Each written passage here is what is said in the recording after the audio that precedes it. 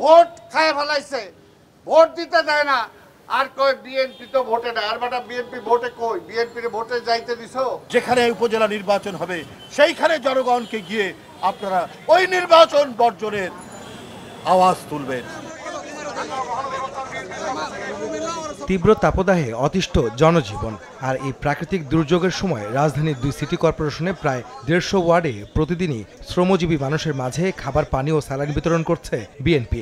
এর মাঝেও থেমে নেই দলটির নেতাদের সরকারের বিরুদ্ধে সমালোচনা।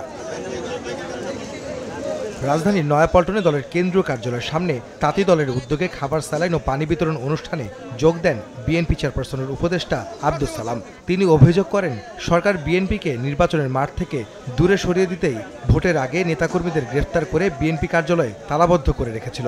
ভোট খায় ফেলাইছে, ভোট দিতে দেয় না। আর কই বিএনপি তো ভোটে না। আর বেটা বিএনপি ভোটে কই? বিএনপির ভোটে যাইতে দিছো? আমরা তো ভোট চাই। বিএনপির ইলেকশনের আগে কি করলাম?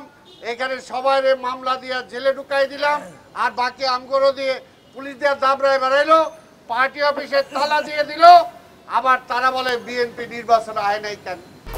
1, 2, 3 ঢাকায় জমি জিতে নিন 100% ক্যাশব্যাক সহ 20 কোটি টাকার পুরস্কার।